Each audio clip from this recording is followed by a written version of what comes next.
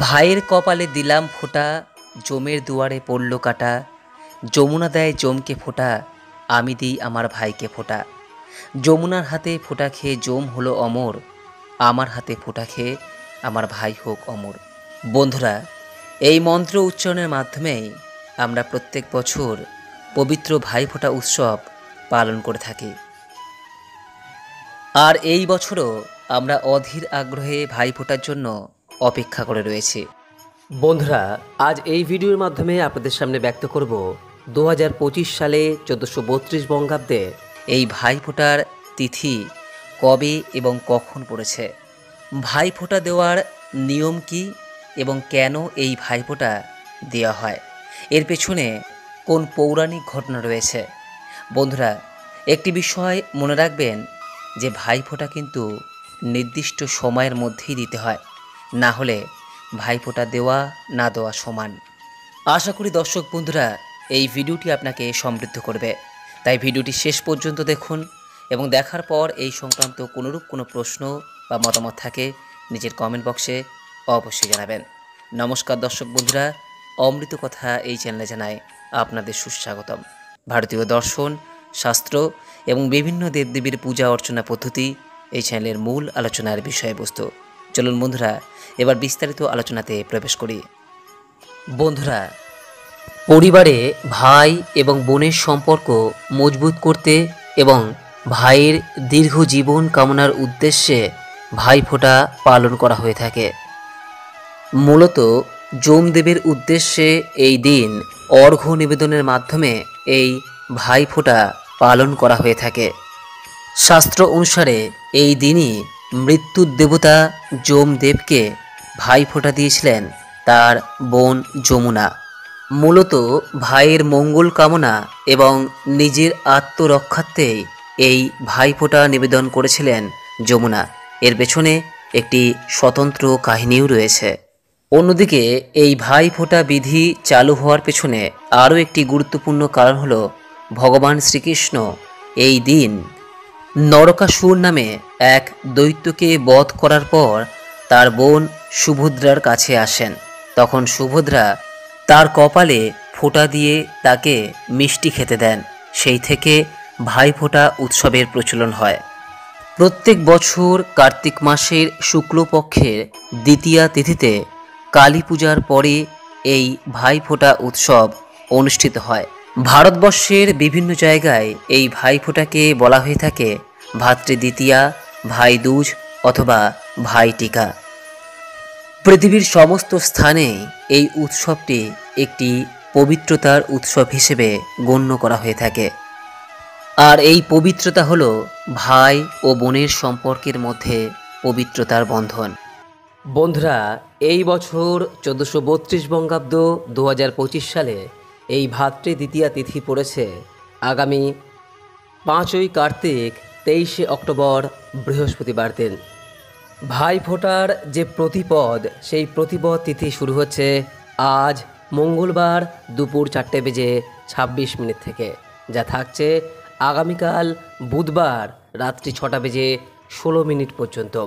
তারপর থেকেই শুরু হচ্ছে ভাতৃদ্বিতীয়া তিথি, অর্থাৎ আগামীকাল 4ই কার্তিক 22শে অক্টোবর বুধবার রাত্রি 6:16 থেকে শুরু হচ্ছে ভাতৃদ্বিতীয়া তিথি অর্থাৎ ভাইফোঁটা, যা থাকছে পরের দিন 5ই কার্তিক 23শে অক্টোবর বৃহস্পতিবার রাত্রি 8:20 পর্যন্ত।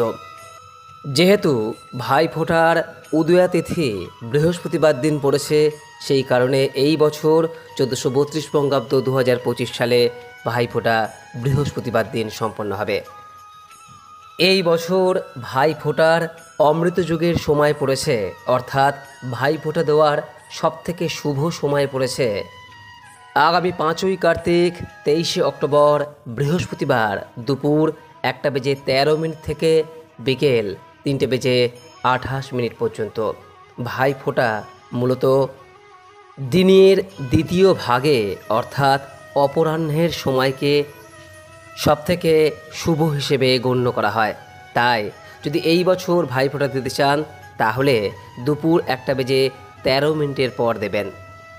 তবে একান্তই যদি এই সময়ে না দিতে পারেন তাহলে ভাইফোঁটার দিন অর্থাৎ বৃহস্পতিবার দিন সকাল 9টা বা 10টার পর থেকে দুপুর 1টার মধ্যে ভাইফোঁটা দেওয়া যেতে পারে। তবে আবারও বলছি, এই বছর ভাইফোঁটার শ্রেষ্ঠ ফল যদি পেতে চান তাহলে বৃহস্পতিবার দুপুর 1টার পর দেওয়াই শ্রেয়। এইবার দর্শক বন্ধুরা আলোচনা করব ভাইফোঁটা দেওয়ার বিধি সম্পর্কে। এই বিষয়টি সবথেকে বেশি গুরুত্বপূর্ণ।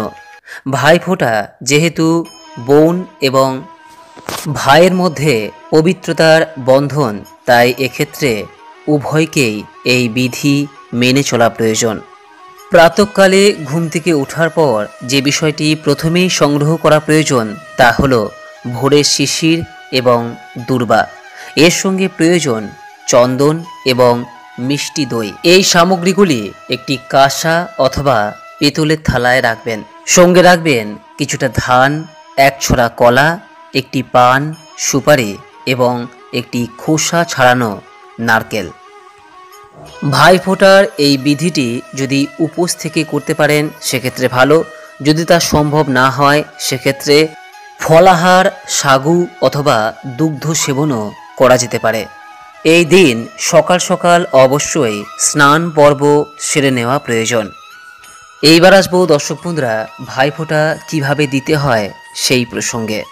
অনেকেই যেমন তেমনভাবে এই বিষয়টি করে থাকেন, এটি করা কিন্তু একেবারেই উচিত নয়। এমন কিছু বিষয় রয়েছে যেগুলি অবশ্যই এই সময় মেনে চলতে হয়। প্রথমত, যে স্থানে ভাইফোঁটা ক্রিয়াটি সম্পন্ন হচ্ছে সেই স্থানে অবশ্যই গঙ্গা জল ছিটিয়ে নিন এবং ভাইয়ের মুখ যাতে পূর্ব দিকে থাকে সেই রূপ বসার ব্যবস্থা করুন। ভাই এবং বোনের মাঝখানে পূজার উপকরণগুলি রাখুন। উক্ত স্থানে একটি প্রদীপ এবং ধূপকাঠি প্রজ্বলন করুন। তারপর মনে মনে গণেশজিকে স্মরণ করে বলুন ওম শ্রী গণেশায় নমঃ। এরপর চন্দন, দই এবং শিশিরের মিশ্রণ করে সেই মিশ্রণটি কনিষ্ঠা আঙুল দিয়ে ভাইয়ের কপালে স্পর্শ করিয়ে বলুন এই মন্ত্রটি। ভাইয়ের কপালে দিলাম ফোঁটা, জম দুয়ারে পড়ল কাটা, যমুনা দেয় জমকে ফোঁটা, আমি দিই আমার ভাইকে ফোঁটা। যমুনার হাতে ফোঁটা খেয়ে জম হলো চিরজীবী, আমার হাতে ফোঁটা পেয়ে আমার ভাই হোক দীর্ঘজীবী।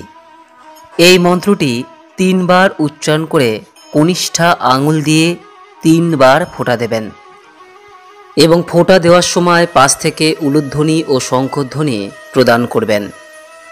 ফোঁটা দেওয়ার পর আপনি আপনার বুড়ো আঙুল দিয়ে প্রদীপের তাপ গ্রহণ করে ভাইয়ের মাথায় 3 বার স্পর্শ করাবেন। এরপর ফুল, ধান, দূর্বা ভাইয়ের মাথায় দেবেন এবং আপনার সাজানো তত্ত্বটি মাটি থেকে 3 বার তুলে ভাইয়ের কপালে স্পর্শ করাবেন। এই সমস্ত পর্ব সমাপ্ত হওয়ার পর ভাইকে পান, সুপারি এবং গোটা নারকেল নিবেদন করবেন। আর এই সমস্ত প্রক্রিয়া করার সময় অবশ্যই 3 বার শঙ্খধ্বনি এবং আরতি প্রদান করবেন।